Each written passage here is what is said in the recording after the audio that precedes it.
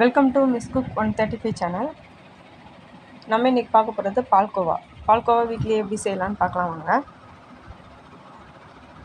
பால் அரை பாக்கெட் பாலில் தாங்க நான் செய்கிறேன். அரை பாக்கெட் பால் சூடு பண்ணிகிட்ருக்கேன். நமக்கு இன்னொரு சேனலும் இருக்குதுங்க, சஞ்சனா சஞ்சய் 135. அதுலேயும் போய் பாருங்கள், இன்ட்ரெஸ்டிங்கான விஷயம் இருக்கும். பால் பொங்கிடுச்சு. இப்போ நம்ம இதில் கொஞ்சமாக லைட்டாக ஊற்றணுங்க. எலுமிச்சப்பழம் லைட்டாக ஊற்றுறோம். எலுமிச்சப்பழம் லைட்டாக ஊற்றிருக்கோங்க.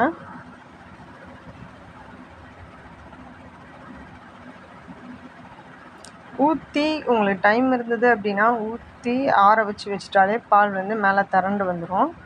சப்போஸ் இல்லை நீங்கள் உடனே செய்ய போகிறீங்க அப்படின்னா ஒரு பிரச்சனையும் இல்லைங்க. அந்த எலுமிச்சப்பழம் ஊற்றுறீங்க இல்லையா, ஊற்றுனதோடய அடுப்பில் வச்சுட்டு ஹீட் பண்ணும்போது கொஞ்சம் சுருக்கி வச்சுக்கோங்க. சுருக்கி வச்சுட்டு நான் இப்போ அப்படி தான் செய்கிறேன். ஹீட் பண்ணும்போதே அந்த மேலே இருக்கிற பாலில் அந்த திரண்டு வரும். பார்த்திங்கனாலே உங்களுக்கு தெரியும்.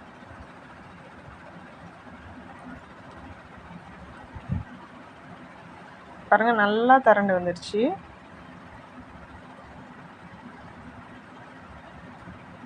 இப்போ இதை என்ன பண்ணுறோன்னா வடிகட்டி எடுத்துக்கிறோம்.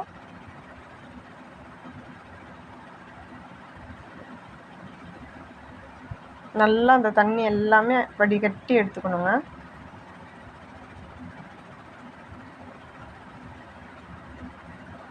வடிகட்டில் வடிகட்டி அந்த ப்ரெஸ் பண்ணும்போது அந்த கீழே தண்ணி எல்லா தண்ணியுமே வந்துடும். உங்களுக்கு டைம் இருந்தால் வடிகட்டி அந்த தண்ணியெல்லாம் போகிற வரைக்கும் வெயிட் பண்ணலாம். இல்லை நான் இப்போ உடனே உங்களுக்கு செஞ்சு காமிக்கிறேன்.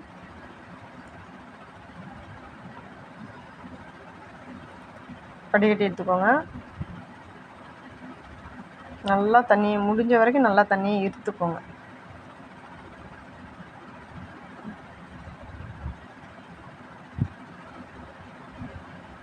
இப்போ அடுத்து நம்ம என்ன பண்ணுறோன்னா, ஒரு வாணலியில் பேன் காஞ்சோடனே, வாணலி நல்லா காஞ்சோடனே அதில் போட்டு டீப் ஃப்ரை பண்ணுறோம். இது எதுக்காக அப்படின்னா, நம்ம வடிகட்டி வச்சோம் பார்த்திங்களா, அந்த வடிகட்டி வச்சாலும் அந்த தண்ணி இருக்கும், கொஞ்சம் ஈரப்பதம் இருக்கும். அந்த ஈரப்பதம் போகிறதுக்காக தான் நம்ம டீப் ஃப்ரை பண்ணுறோம்.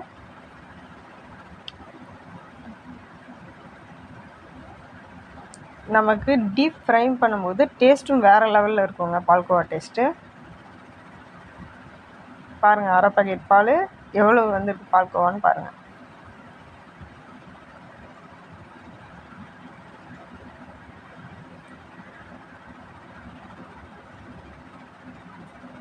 ஆனால் இன்றைக்கி செஞ்சு இந்த பால்கோவா சுத்தமாகவே எங்கள் வீட்டில் இல்லைங்க.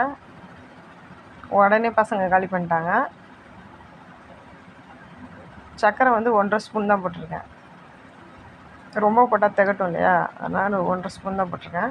இது போட்டு கிளறும்போது இப்படி தாங்க இருக்கும், ஒரு மாதிரி திரியாக தரலையாக இருக்கும். அதுக்கப்புறமா ஹீட் பண்ணும்போது சர்க்கரை மெல்ட் ஆகி அந்த பால்கோவோட நல்லா ஸ்மெச் ஆகிடும். சிம்லேயே வச்சுக்கோங்க, எல்லாம் அடி பிடிச்சிரும்.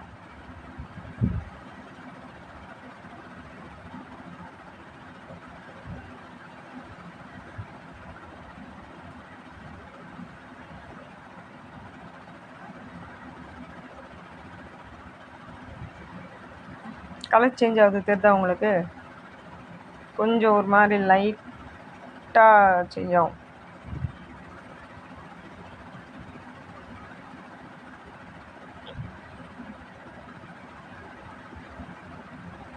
அது ஏன் இப்படி பண்ணுறோன்னா, அந்த தெரிலையாக இருக்கு இல்லையா, அதுக்காக தான் அந்த மாதிரி நசுக்கி விடுறோம்.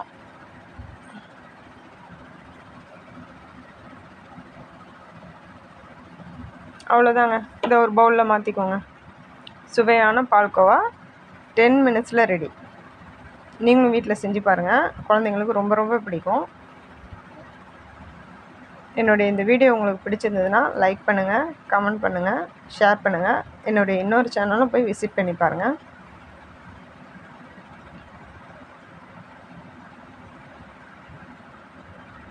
தேங்க்யூ.